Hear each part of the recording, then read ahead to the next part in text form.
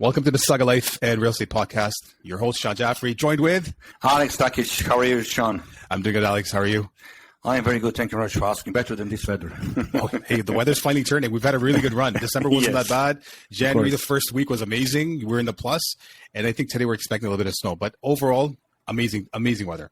Absolutely. Okay, so what are we talking about today? We are talking about, Alex, something that's really hot in the news right now. We're talking about property taxes. We're going to talk about, the connection of the property taxes going up to Bill 23, which was tabled last year. It's in play now.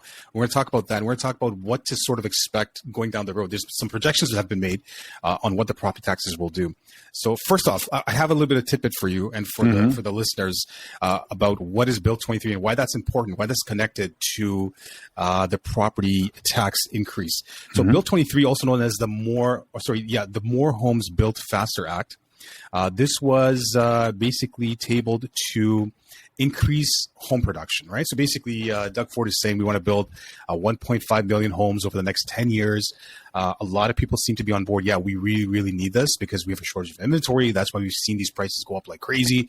No mention of investors purchasing or speculators purchasing, but they just simply see this as a supply problem. Okay, fine. So this goes into effect. Let's just talk about the bill for a second. So what is it supposed to do? It's supposed to allow there to be more affordable housing, right? Yes. Affordable housing for our viewers who don't know. So affordable housing, for a lot of times when people hear that term, they think affordable housing has to do with government subsidized housing, right? Like co-ops or rental buildings that are subsidized. But this goes beyond that. Affordable housing, by the definition of the CMHC, what that really means is that affordable housing is the cost of your home is about 30% of your gross income, right? So if you're making $100,000 combined household income, your house expense for your mortgage and everything else is 30%. Should not be more than 30%. Should not be more. And which is reasonable. I think that if you're spending 1/3 of your gross income on your living expenses, I think anywhere in the world, that's pretty reasonable. Yes. And I think that's what they're aiming on doing, is building this many homes. This, by the way, also under the category or the umbrella of affordable housing, you also get rental buildings and co-op housing and all these other things. So this is what the purpose of this bill was. The concern, Alex, is that people are saying that in this bill there are the possibilities of eliminating development fees to builders, right? Yes. To developers. So let me just read this quote. It says that the elimination of some fees that municipalities charge to developers in exchange for the right to build certain types of homes, money that municipalities say they rely on to provide things like roads, sewers, public transit, parks, and libraries. So one of the most controversial aspects of this bill is that by freezing or by reducing or exempting developers from these fees for these non-affordable house or these affordable housing, you are opening yourself up to what we're looking at right now, which is increased property taxes, right? Yes, increasing property taxes. But on the other hand, we know that these development charges are for new construction, right? Correct. That doesn't mean that if builders are exempt from paying these levies and charges, which again going on the shoulder of the purchaser, it doesn't mean that prices will go down.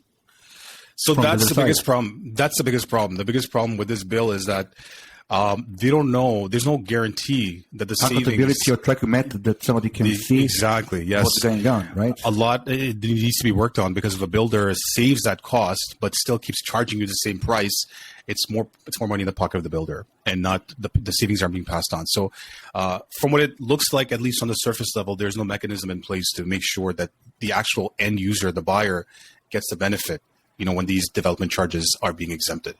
Do you have any idea what percentage of the cost of a new house? Yes, yes. Not even percentage, but generally speaking, the average, how much of that is development cost? I read it's average cost $116,000 before you shovel the soil, right? The average cost. So if you're looking at a home that's like $800,000 or $900,000, about 120 roughly is going into developmental charges, right? So what that means is it should bring the price of the home down 15 to 20%. Absolutely. Right? So any new homes that are being built now, if that is the case in a neighborhood, we should be able to see, hey, look, this home last year sold for $1 million. This brand new home now is being sold for $800,000. We should be able to see that, right? But I believe it is not possible to see over the night, right? But another question is, if cities, municipalities, they will have actually big financial hole in their budget. Correct. If they don't charge development fees. Question is how to manage to fulfill that hole. Or either you will fulfill with the taxes, or you will reduce the services, or you will do the both. But there is no any tracking mechanism developed so far how that will be managed, right? That's right. But you know what we have? So it's kind of a very delicate balancing act, because on one hand, there is a genuine need for money. Even if we take out this exempt situation for, the development fees, there is a genuine need for money because everything has, skyrocketed. Everything's gone up in price. I was looking at some numbers in Hamilton. They were saying that their fuel budget for the entire city has increased by 50%.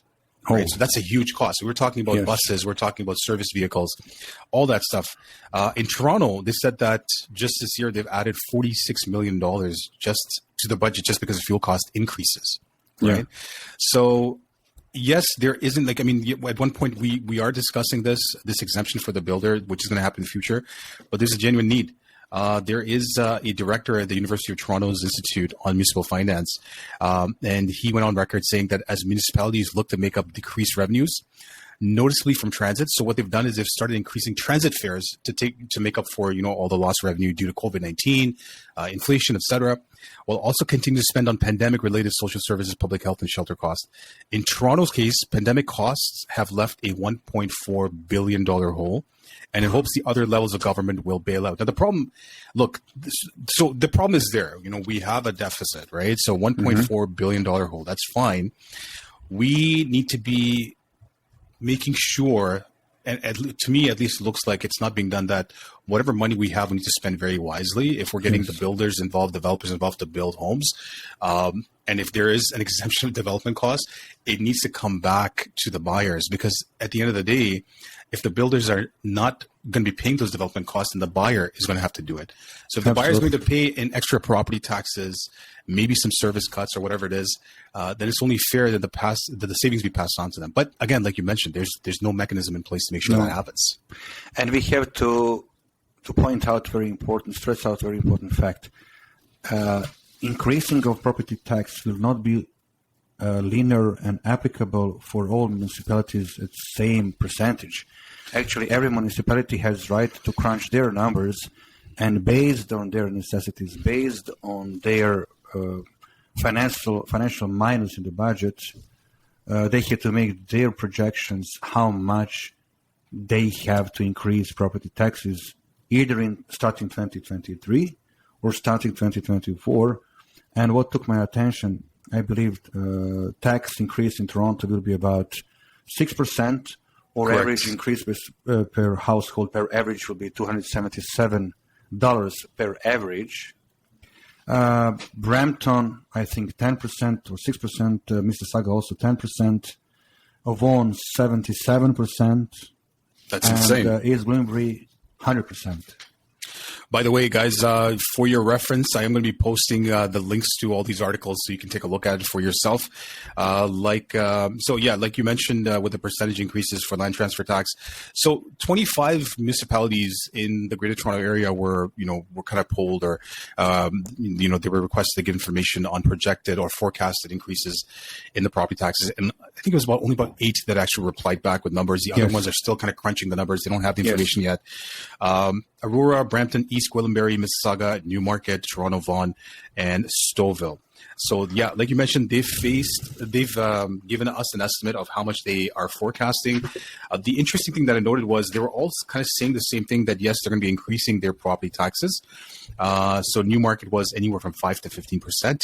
Aurora 6%, and Vaughan 77 to 88%. I mean, that's what's forecasted. I don't know. I don't see Vaughan being that high, because as it is right now, Vaughan's not really in a low tax bracket. The property taxes are still pretty high. End, yeah, Brampton's at 9%, Mississauga at 8 to 10%. And Mississauga, they also said that they were going to be increasing their water bill by $180. So, yes. I mean, again, none of these things are like, in fact, they haven't become implemented yet. These are just forecasted things. They have to kind of go through their process of, taking it for vote and getting it approved and so on and so forth. Interesting thing was East Gwillimbury are projecting, and this is a small town north of Vaughan, they're projecting 100% increase in the property taxes. That's crazy. But they have huge migration coming there. Migration of people going there. It's very popular city in last couple. Yeah, I'm sure it is. It's good, but how would you feel if you moved in there because you're like, I'm moving away from the core because I want to save money on housing, and so what if I have to travel to downtown Toronto once or twice a week? Not a big deal, but now you realize your property taxes are doubling. Yes. Yes. If you're looking at $200 to $300 a month, now you're looking at $600 a month. That's quite a bit, right? Absolutely. I was listening to this interview of this was, I believe, the mayor of Aurora, if I'm not mistaken, and they were asking him. His opinion was like they're going to try to obviously do a balance, right? Where they don't want to increase the property taxes too much, but at the same time, there's a give and take. If they don't increase the property taxes a lot, then the services are going to have to get cut, right? Of course, and he proposed. Yes, and he proposed something like you're going to have to maybe shovel your own driveway, something like that. So, get ready to buy your grass trimmers, right? And snow blowers. Snow blowers, there you go. Snow blower sales are going to go up, and inflation's already killing it. There's already high demand for all the goods, and snow blowers are going to be high demand right now too. Yeah. But jokes aside, this looks like this looks like a classic case of like, one party blaming the other. Like this is getting political. This is becoming a liberal conservative thing, right? So you have the municipal level liberal governments blaming Doug Ford at the provincial level, saying like, oh, this is just so Doug Ford can get rich and kind of help out his developer buddies. Whereas Doug Ford's saying, hey, look, you need to run the municipalities more like a business and less like a government institution.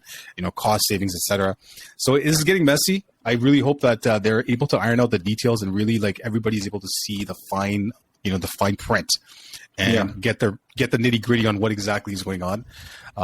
Because even though we do need money, even though there is inflation, even though there is a supply chain problem and all those other things, and we should kind of like, tighten our belts, so to speak, to deal with all these issues, what we can control, like, for example, the development fees, cost savings being passed on to the buyers, that is something that we have to absolutely ensure does take place. Because if it doesn't, that would be a tragedy. Yes, of course. And we had to explain people that these increases of property taxes will take place either this year or next year, and they will be increased gradually. So this is only beginning, probably it's not end. But final numbers and final percentages, nobody knows.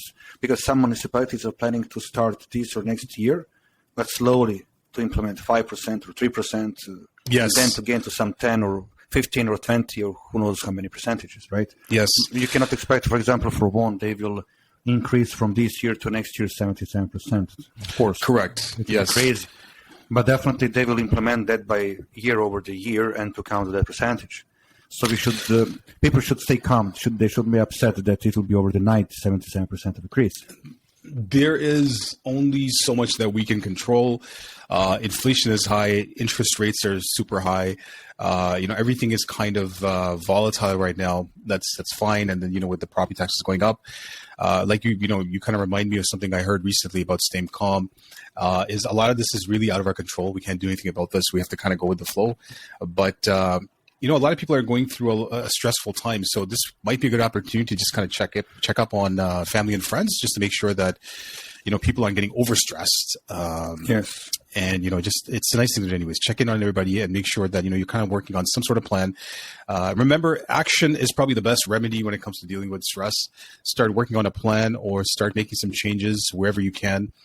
Because the alternative is just, it's depressing, right? So why would you go nothing else? Absolutely agree with you. That's it. Just wanted to give everybody a heads up because this is, again, something that's really being discussed in the media right now when it comes to property taxes. Wanted to give you the nitty gritty. Again, one more time, we're going to be putting the links in the description below so you can take a look at all of this information in detail on your own. And I think that about wraps it up. Alex, is there anything else you wanted to add? No, I think it was simple, straightforward, and if anybody has some questions and need clarity, feel free to get in touch with us, and we'll do our best to help.